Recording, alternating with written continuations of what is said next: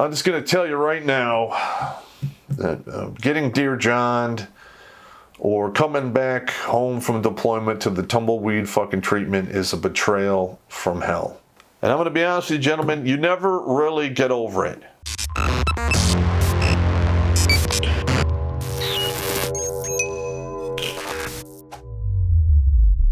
All right, Terrence Popp here with another episode. Live from the Lair. All right, I got some interesting questions to go over today. I got a guy basically sent me a question. He is coming up on his first re-enlistment, didn't like what he did for his first 3 fucking years, and wants to re-enlist for the infantry. He wants the Ranger option or an airborne option, which, if you're going to do infantry, that's the best way to go. And it's not uncommon for people to do their first enlistment in the Army and fucking absolutely hate it. They don't want to fucking do that job anymore. They want to do something else, which I completely understand. Okay. Now, apparently this particular soldier has been trying to get up to speed on the road marching aspect.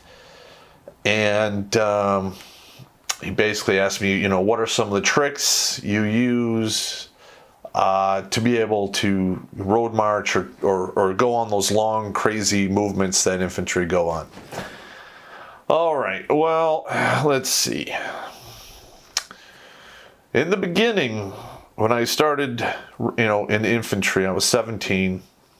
I grew up without a father, single mother home, and I fucking did not have a good experience in high school. I was like the smallest fucking dude there. Got ruthlessly fucking picked on. I had to fuck a lot of guys up. After hours, after school got out, I would go after these guys one-on-one without their buddies or a safety net. So, so I had a lot of anger and hatred to burn through. So it was kind of easy for me. I don't know. When I went to the 9th Infantry Division, I was on the ground 2 weeks, and they threw me into the EIB competition, which by regulations I wasn't even eligible to do, because you had to be in the service a minimum of 6 months before you can even try for your EIB. But they're like, hey, fuck it, let Pop do it. It'd be some good fucking training, whatever. And they didn't expect me to do what I did, so. The first thing you do, you go to the rifle range. I fucking go max that motherfucker. Let's see, there's 2 other weapons I fired. I go max those things. The 12-mile road march, I had an E5 that walked with me and helped me out, through it, the whole thing. And, I got to about halfway, 6-8 mile mark, and I was ready to fucking quit. I was fucking done. And this one E5 basically said, you fucking think you're ready to quit? Well, I got bad news for you. When your brain is telling you to quit, you've only really gone 40% of your max. You could you're already gone over the halfway point. You can just fucking finish it. And this dude fucking, did the fucking shuffle with me, walk with me, everything. I made the fucking, I made the 12-mile march with 15 minutes to fucking spare. And I remember I fucking collapsed like a bitch. I was fucking being a fucking, puss.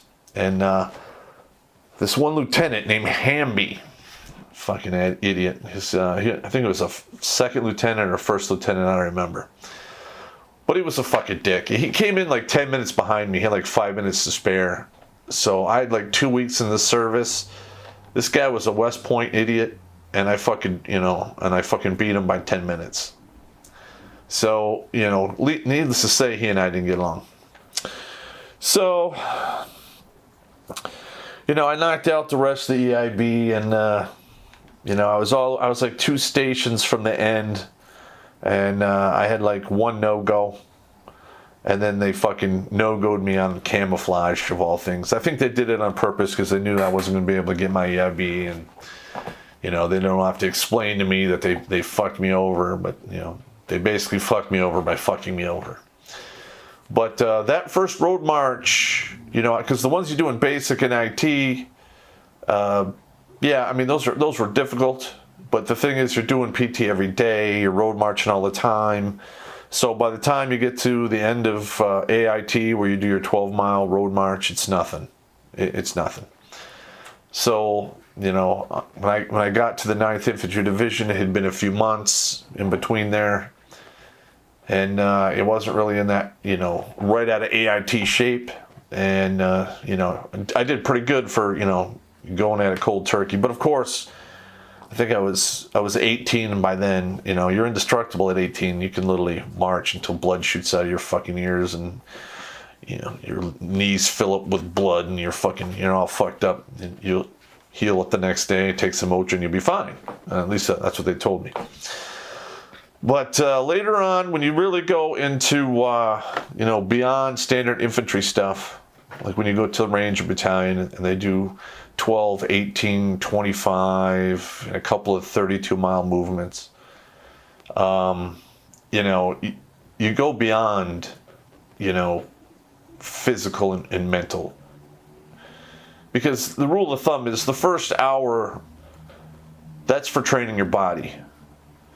The second hour trains your mind. And when you get into the third hour and beyond, you're training something else. Okay, you're strengthening things within you that frankly, when you die, you get to take that with you. All right, you're building your spirit up. And I don't want to get metaphysical and seem all weird, you guys, but that's what I equate it to. You become cool with being alone in your own mind. And then you become friends with yourself. And when you're doing these long fucking movements, like literally, you take your mind out of the equation, you go to someplace else, and you just fucking flick the autopilot switch in the back of your fucking brain pan, and your body just goes. You become friends with pain. It's weird. It's hard to explain. It's like a Zen kind of thing. And once I had mastered that, I applied it to other things. Like I did scout swimmer. And I did a combined exercise for the Navy where I had to swim in with, I think it was a frog team that was doing, maybe the SEALs, I don't remember. But they were doing basically a beach reconnaissance, and my second bat trained me up for, I wasn't really sent me anywhere. We did the Scout Swimmer MTT training, which is mobile training team in the Puget Sound. And swam our fucking balls off. And I remember I hung with these guys all the way there. And, those motherfuckers, they were swimming me into the fucking dirt. But I hung with them. All I did was pull security when we got to the beach because I was fucking smoked. But I swam back to the fucking extraction point. We got picked up by Zodiacs and taken back to the boat. And, but yeah, the only way I was able to do that is just take your mind, you put it somewhere else, And then I did the same thing when I had to drive back from New York twice a month. It was 571 miles one way, twice a month for 5.5 years. And in the winter, I took a train because it was too dangerous to drive. But 85% of the time, I drove that motherfucker. And there were times when I had headaches. My back fucking hurt. I had sciatica. Fuck, dude. And there were so many times where I'm like, fuck it, I'm just not going to do it. And in the back of your mind, you're like, nope. You gave your fucking word to your daughters. You're going to see them twice a month. They're expecting you. Get in a fucking car ranger. Fuck, okay. And, it really paid dividends. It'll pay dividends throughout your life. Once you learn how to do that, there are very few life has very few surprises for you after that. Okay. If you can crank out 25, 32 miles and, still be fit to fight at the end, dude, you are part of the 0.01% of the 1%. Because there's not many guys that could do that. That's like Delta Force shit right there. That's why, right now, Delta Force recruits a majority of their people from the regiment because the regiment preps them up right. I'm not saying the 82nd doesn't send some guys there. They do, but most of them come from the regiment, and a lot of the guys go from regiment to special forces. It's like a stepping stone. ZZ Top Reloaded, or as they are more commonly known, Shotgun Rebellion, is a proud sponsor of Redonkulous.com Productions and Live from the Lair. These are patriotic, gun-loving music-making machines, and you can show them love by purchasing their music on CD Baby or any of the popular music sites listed below. Piss off some snowflakes and play them loud in your own lair! Okay, I had another guy send me another email asking me, how do you deal with fear and terror? All right. I'm not going to tell you I wasn't afraid and I didn't feel terror, because that would be a straight up lie, and I'm not a good liar. I have no stomach for it. If I could, I'd work for the CIA, and I just retired from the Army medically, so obviously I'm not a good liar. Okay, so, I was almost killed in two wars, and several other times, which will never kiss the pages of history. A lot of that's covered by non-disclosure agreements and shit like that, and I don't feel like doing 5 years to 8 years in jail and paying like $30,000 to $300,000. So I can't really go into a lot of the details. But again, it's in your mind, and I think this has a lot to do with the fact that a lot of guys that come back from war just can never seem to rejoin society. And it boils down to this. Like, when I would go into harm's way, in my mind, I would tell myself, or better yet, I would convince myself that I was already fucking dead. So it didn't fucking matter. After that point, I was already done. I was dead. I was a fucking meat suit walking. It was over. Dead.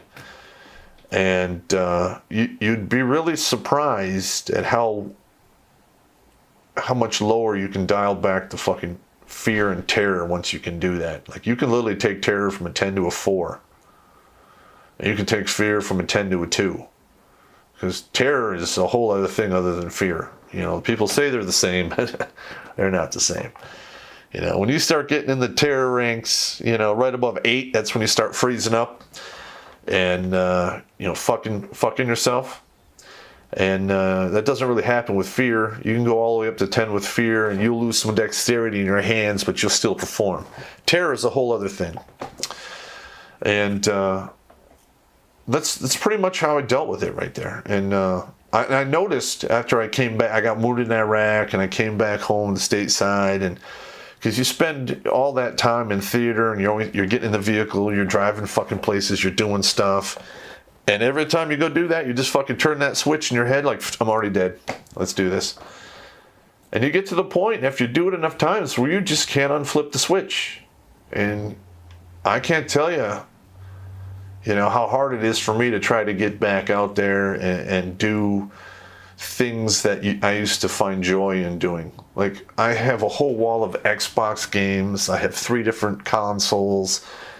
I haven't played them in probably 3 or 4 years. I mean, I played them a couple times in the winter, the long winters in fucking New York where you couldn't do anything. You're snowed in for like 6 fucking days. But other than that, I really don't do anything. I mean, I write a book. It's almost done. I'm gonna have it published here shortly. It'll be my first of 3 in the trilogy. But yeah, I mean, other than that, I mean, it's hard to come back to the land of the living when you have lived amongst the dead. It really is. And for those of you out there who have learned to love hunting armed men, when you return, you will seldom, if ever, love anything else. And I think Hemingway came up with that saying, and that was absolutely fucking correct. Absolutely fucking crazy. All right, now I had another guy who is he wants to go SF. He's not coming from an infantry background. He's coming from a Cav Scout background, so he does a lot of his land navigation on. Excuse me. He did a lot of his land navigation from a vehicle. which I learned a lot of my land navigation from in the 9th Infantry Division motorized from a vehicle. Now, if you want to do the STAR course, which is the Special Forces land navigation, navigating by roads is going to get you fucking busted and kicked out. All right. Now, I'm not saying, that's a bad thing to use the roads to a certain degree, but you can't handrail the roads. You can't walk on the roads when you're fucking doing the STAR course. So when I did the STAR course, I would literally shoot, instead of shooting the straight line fucking azimuths, which the dead reckoning, and you're walking a fucking straight line, and if you're right-handed, you always wind up 200 meters to the right for every click you walk straight ahead. It's almost guaranteed that's going to happen. Even if you walk with 100 meters with the compass in your right hand and 100 meters with the compass in your left hand, you can dial that down a little bit, but you'll still be 50 meters to the right side for every click that you walk if you're right-handed, and it's to the left if you're left-handed. All right, now what I did when I did the STAR course is I would shoot azimuths to hilltops, prominent ones, especially ones where you can see, from there you can see, all radio towers and water towers where you can do a resection to make sure you are where you are. And then from there, I would go to road intersections. And then once you're at the road intersection, you can, basically walk the, 200 to 300 meters on the side of the road until you find your point. Because the points are within 100 or 50 to 150 meters of all the roads and trails for the most part. There'll be one or two that are out in the fucking boonies that are a bitch to find. But, it is what it is. And one of the best ways that I trained to get ready for land navigation was, I did 2 years as a fucking sniper. And some of the missions, actually a lot of them, some of the missions are not even real sniper missions, they're reconnaissance missions. And, they'll kick you out of the helicopter, 6 to 8 clicks away from your objective. You have to land nav in. You don't have a rucksack. You just have a ghillie suit, your rifle, and just a small little, patrol pack. And you do your reconnaissance. You draw your maps. You have a little radio with you to call in. And, you become really good at land navigation when you're doing it that way with the 2-man team. But another way you could do it today is if you go on to a military post, get yourself a GPS, get the 8-digit grid, run the stake in the ground, and then drive yourself, off, 10, 12 clicks away, and land navigate yourself fucking in there on foot. And be prepared to walk in and walk back to your vehicle or whatever the fuck you're doing. If you do that 2 or 3 times a weekend, that really helps out a lot. And then there's this geocaching thing that they do. You can do it on a lot of state land and federal land. It's all over the place. Get yourself a military grid map. You can get your hands on them. I think you can get them for like $20 a grid. $20 for just standard training area maps. And I think they're a little more pricey if you want state land or national forest land. And because a lot of times you write up the memorandum requesting what you want with a copy of your military ID card, and they'll usually send them to you for free if you send them directly to your unit. If you want them sent to you personally might have to cut them a check. I don't remember what the cost was, when I did it myself, several years back. But yeah, you gotta pay attention to the key at the bottom of the fucking map, because that pretty much, undumbifies the whole thing for you. You gotta remember right add, left subtract for the GM angles and everything. But yeah, land nav will make you and break you in the infantry, in the Rangers, SF and beyond. You have to fucking land navigate. Period. And I used to be pretty fucking good at it. I could literally land navigate anywhere on foot up to, 1 or 2 fucking yards off of my fucking point, and Did I do a dead reckoning walking like a drone through the fucking forest? No. Every time I did that, I fucked myself. I learned how to terrain associate, find the major terrain features, and then shoot your shorter azimuths off that and then walk those. Like you find a prominent hilltop, your point's 400 meters away, you just shoot your azimuth from the top of the hill point, from that hill to where you need to go, and just fucking walk the 400 yards or 400 meters and go fucking find it. It's not that hard. All right, I had another guy send me a question after I did that last video on Dear Johns, and I'm just going to tell you right now that getting Dear John'd or coming back home from deployment to the tumbleweed fucking treatment is a betrayal from hell. All right? Plain and simple. It is a fucking straight up betrayal. And this particular individual wanted me to know how I got over the betrayals. And there's been a few of them, a good 3 or 4 of them that were, pretty significant. One of those was my ex-wife. And I'm going to be honest with you, gentlemen, you never really get over it. All right? Very, very few people have the ability to fucking just say, fuck it, and that's it. Most of those guys are sociopaths. Now, most men in general are really good at building walls. And a lot of guys, when they get divorced, usually they get caught by surprise. They consider a betrayal, and they throw up a fucking wall. And then they just say, fuck it, that's my past. It's a fucking wall. I'm never going to think about or deal with whatever's on the other side of that wall. I'm just moving forward. And a lot of times, your kids get caught on the wrong side of the fucking wall. All right, and usually the woman who is fucking responsible for running the man off 5 or 6 years down the road, especially if she has boy children, she fucking hates life because now the kids are, 10, 11, 12, and beyond. And, once a kid, especially a male child hits 12, and you have a single mother, it's next to impossible to control the boy. Well, how do I know that? I was one. I got my ass fucking beat, extensively. I'm not saying it's a bad thing. I fucking deserved every one of them. But after the age of 12, it didn't really even hurt anymore. It was more like just a joke. It didn't even bother me anymore. And by the time I was like 13, and she had given up, and she went to the full guilt trip. But there's one, and there's just a rule of thumb that you have to have, gentlemen, is once you have been betrayed, okay, that's shame on them. If you stick around and it happens again, that's a total on you. All right? Never, ever put yourself in a situation where someone can fucking stab you in the back twice. And it doesn't matter if they're close fucking friends, family.